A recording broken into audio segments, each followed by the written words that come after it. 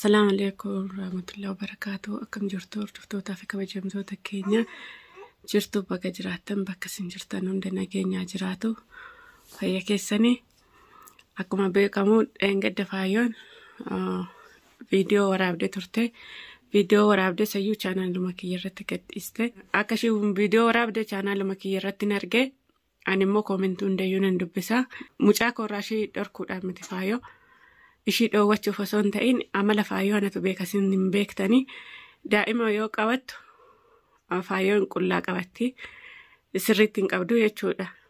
Akka daa'imatti qabatan hin beektu gizeen kun gizee qorraati.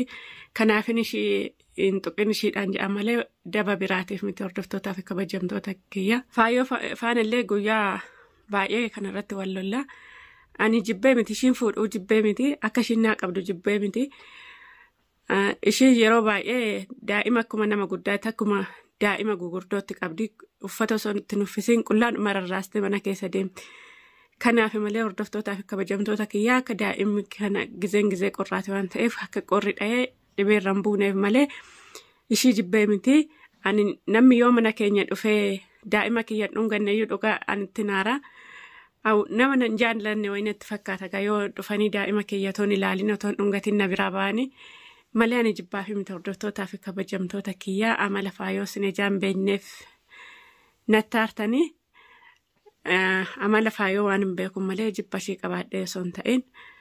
Kanaafin sinin jedhaa hordoftootaa fi kabajamtoota kiyyaa warri nattaartanillee dhiifama naa godhaa dhiifama guddaa naa godhaa jedheen sin gaafadhaa. Faayoon immoo kan viidiyoo waraabdeef dabduudhuma na baasuuf malee hojii ishii waan beektuuf viidiyoo waraabuu dhufte malee ani.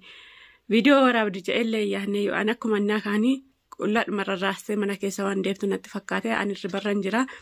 Isayyuu yeroo rifadhee ribarraa ka'u mucaa maqaa waamtee obsaan hin jettini obsaan boontuu yoo isheen jettan rifadhee ribarraa ka'anillee na wawwaamaa turte akkuma isin dhageessanii argitanii. Yeroo sana rifadhee riba keessaa ka'ee ribarran jira yennaa isheen dhuftu. Akkasiin siniin jedhaa hordoftootaa fi kabajamtoota kiyyaa dhiifama guddaan siniin gaafadhaa yoo nattaartan dhiifama naa godhaan siniin jedhaa gizee baay'ee irra deddeebi'e. Faayoo wanti viidiyoo waraabdeef akka waan hin balleessisinitti agarsiiste akka waan na jibbitanii akka na jibbitaniif malee waan biraatiin miti. Daba koo sinitti agarsiisuuf ishee hojii ishee waan beekuuf ishee taara. Kanaaf malee hordoftootaa fi kabajamtoota kiyyaa yoo daa'ima kiyya na jalaa dhukkube anumatu wajjin rakkata garuu ishii wajjin hin rakkattu. Kanaafin qullaan qabatiin ishiidhaan ja'a gizee baay'ee moo gizee baay'ee akkasitti wal lolla hordoftootaa fi kabajamtoota kiyyaa. Mucayyoo qullaa ishii rarraastee qabdi. Kanaafin hordoftootaa fi kabajamtoota kiyyaa kunoo amma badiin kan kooti moo kan faayooti nutti murteessaan isiniin jedhaa hordoftootaa fi kabajamtoota kiyyaa. An jibba namaan qabu wallaahi jibba namaan qabu yoo namni dhufeen moo kan fuudhinoo itti naaran isiniin jedheera. Kanaafuu dhiifamaan isiniin jedha. Annama miidhuurra yoo of miidhuun naa wayyanatti fakkaata akka yaada kootitti. Faayoon immoo badduudhuma na godhuuf kana waraabde malee waan biraatiin miti. Ishiin akka na jibban hordoftoonni kiyya akkuma na jibban feeti. Akkas barbaadde hordoftootaa fi kabajamtoota kiyyaa. Ani garuu yoo namni na jibbees rakkoo hin qabu. Rabbuu namti nan jibbiin malee. Faayoonis kan akkas gootee lammaffaatti hin deebi'in jedhaani. Gizee baay'ee argitanii jirtanii faayoon kaameraa dhoksitee waan badaa na dudubbisti. Akka namni badaa na godhu otoo ishii jaalatanii ana badduu na godhanii akkas feetii akkas tufedha isheeti faayoo hordoftootaa fi kabajamtoota kiyyaan isiniin jedha. Masaanuun gaafuma tolteen toltu ammuma barbaadde yoo taate masaanuma.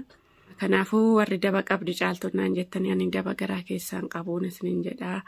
Yoon balleessillee dhiifama naa godhan isiniin jedhaa hordoftootaa fi kabajamtoota kiyya. Daa'ima kun kan kiyya bichaa osoo hin ta'in daa'ima keessanii hordoftootaa fi kabajamtoota kiyyaa osoo wal bira jiraanne osoo tokko tokkoon simbira fiffidee tokko tokkoon keessanuu na dhudhungattanii baay'ee natti tolaa baay'ee na gammachiisa. An dhugaa nama ilmoo koo naa dhungatu baay'een jaaladha. Nama ol fuudhee naa baatu nama sirriitti naa qabu nan jaaladhaan jibboon nama ilmoo koo qabu. Kanaafuu faayoon dabduu mana baasuuf akkas nagooti malee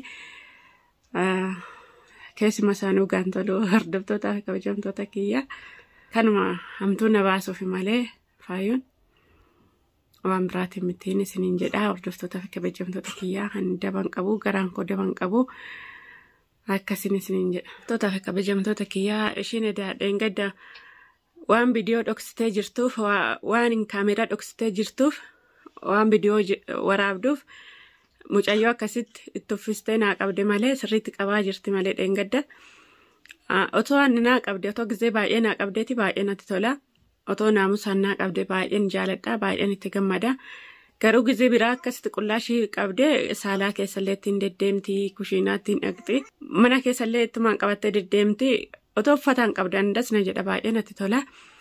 Anayyuu na gargaartee jechuudha. Otoo na gargaartee namni hin gammada malee namni gargaarsa jibbu hin jiru. Ammuma barbaadee yoo ta'e namni gargaarsa hin jibbu. Yoo sirriitti qabuu baatte garuu kan wajjin rakkatu anumaa miira ishii wajjin naan rakkattu ishiin dalagaa deemti. Waan mucayyoon taatu hin beektu kanaaf dhiisin qabinii dhiisi qullaan fuudhinii hafaa yoo gizee baay'ee akkasitti ittiin lola. Ishiin immoo mucaa koorraa na dhoowwitaa natti hin kennitu na diddanaan jetti. Kanaaf malee ishiin naa qabuu ishii jibbee miti. Yeroo immoo lafarraa huutus harka qabdeetu kaaste kanaaf ishii dhoowwa. Mucaan kun daa'imaa miira yoo amma miidhamte hin boochi malee bakka miidhamtellee ni mattu bakka dhukkubuun ni mattu waan ta'eef hin boochi gizee baay'ee. Kanaaf irraa dhoowwan isiniin jedha hordoftootaa fi kabajamtoota kiyyaa. Daa'imni waan tokko yoo taate ni mattu. Boo'u malee ni mattu gizee baay'ee. Warri deessanii argitan hin beektu jedhee yaada. Yoo daa'ima akkasitti qorra keessa qabanii osoo itti nuffisin otoo naamusaan hin qabatin daa'imni dhibeerra buuti malee fayyaan godhattu. Warri koomentii kana naa barreessitan warri caaltuun dabduudha naan jettan caartoon callisti malee dabduudha warri naan jettani. Garuu hundaa osoo hin beekin murteessuun hin danda'amu osoo waan hunda hin beekin namatti murteessuu waan hin danda'amneef amma garuu anaa fi faayootti nutti murteessuu dandeessu.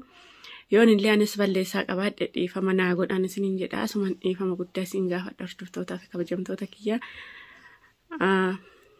Faayoon gizee baay'ee akkas goggooti. Dhibeerra kan buune malee jibban qabu yaa hordoftootaa fi kabajamtoota kiyyaa. Faayoon ergan da'ee aarii baay'een irraa qabdi.